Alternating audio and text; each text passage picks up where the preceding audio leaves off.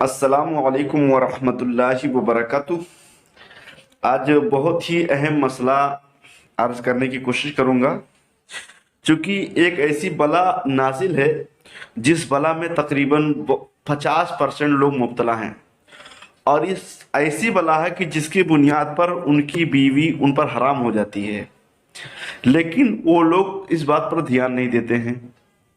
اور یہ حرام ہونے کی وجہ سے وہ بیوی جو ہے سمجھ لیجیے کہ کسی کام لائق نہیں ہے، اب شوہر بھی نہیں رکھ سکتا وغیرہ وغیرہ۔ آئیے اس کے بارے میں کچھ ہم نالج حاصل کرتے ہیں کہ وہ کیا وجوہات ہیں جن کے بنیاد پر بیوی حرام ہو جاتی ہے۔ طلاق وغیرہ کی بنیاد پر حرام ہو جاتی ہے، اس کو تو لوگ جانتے ہیں، لیکن ایک اہم پوائنٹ جس کی بنیاد پر بیوی شوہر پر حرام ہو جاتی ہے، آئیے اس کے بارے میں جانتے ہیں۔ ایک اسی میں سے مسئلہ ہے کہ شوہر نے بیوی کے امی سے جمع کر لیا یا شہوت کے ساتھ اسے چھو لیا، بوسہ دے دیا وغیرہ، تو ان کی وجہ سے یعنی شہوت کے ساتھ چھوا یا جمع کیا یا بوسہ لے لیا، تو ان تمام صورتوں میں وہ بیوی اس شوہر پر حرام ہو جائے گی۔ خواہ شوہر نے شہوت کے ساتھ پکڑا ہو یا عورت نے اس کے یعنی کہ ساس نے اپنے داماد کو شہوت کے ساتھ پکڑا، اس کو شہوت کے ساتھ بوسہ دیا، تو اس سے بھی اس کی بیوی اس پر حرام ہو جائے گی۔ دوسری صورت، اگر شوہر نے اپنے یعنی بیوی نے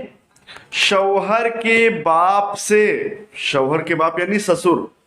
بیوی نے سسر سے زنا کرایا، خواہ خوشی سے یا بغیر خوشی، دونوں صورت میں بیوی شوہر پر حرام ہو جائے گی۔ اسی طریقے سے اگر شوہر کے باپ نے اپنے بیٹے کی بیوی سے جمع کیا، شہوت کے ساتھ چھوا، بوسہ دیا، بوسو کنار کیا، یا جو بھی مقدمات ہیں، شرمگاہ کو چھوا شہوت کے ساتھ، تو ان تمام صورتوں میں اس کا یعنی شوہر پر حرام ہو جائے گی۔ اسی طریقے سے شوہر نے اگر اپنے بیوی کے بیٹی کو شوہر شہوت کے ساتھ چھوا، بوسو کنار کیا یا اس سے جمع یعنی وطی کی، زنا کیا، تو اس صورت میں بھی وہ بیوی اس پر حرام ہو جائے گی۔ اس کے برخلاف بھی رکھ لیجئے کہ بیوی نے اگر شوہر کے بیٹے سے شہوت کے ساتھ چھوا بیٹے کو، یا بوسو کنار کیا یا جمع یعنی وطی کرائی، ان تمام صورتوں میں وہ بیوی شوہر پر حرام ہو جائے گی۔ اسی طریقے سے ہمارے جو اسلامی بھائی جو دھیان نہیں دیتے ہیں، اگر شوہر اور اس کا لڑکا ایک ہی بستر پر لیٹے ہوئے تھے، بیوی جو ہے رات میں شہوت کے ساتھ گئی اور اس نے اٹھانا چاہا شوہر کو، اور غلطی سے بیٹے کو اٹھا دیا، شوہر کے بیٹے کو شہوت کے ساتھ، گویا کہ شہوت کے ساتھ چھونا پا لیا گیا، لہٰذا اب یہ بیوی شوہر پر ہمیشہ ہمیشہ کے لیے حرام ہو جائے گی۔ اسی طریقے سے شوہر شہوت کے ساتھ بیوی کے بستر پر گیا اور اس نے بیوی کو اٹھانا چاہا، لیکن غلطی سے اس نے بیوی کے لڑکی کو اٹھا دیا، تو ایسی صورت میں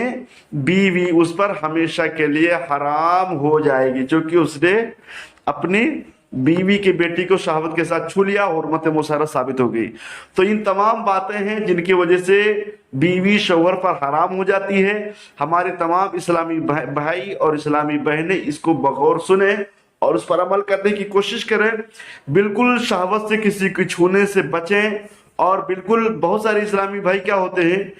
کہ وہ غلط کام کر بیٹھتے ہیں، اپنے بیٹے کی بیوی سے غلط کام کر بیٹھتے ہیں، وہ شہوت کے ساتھ چھو لیتے ہیں، اور پھر وہ بیوی ہمیشہ کے لیے شوہر پر حرام ہو جاتی ہے۔ اب وہ تو نہ شوہر کے لیے جائز اور نہ ان کے لیے جائز، چونکہ ان کے لڑکا کی بیوی ہے، اور شوہر کے لیے جائز اس لیے کہ وہ باپ کی بیوی ہے، چونکہ باپ نے ان کے ساتھ وطی کر لیا ہے۔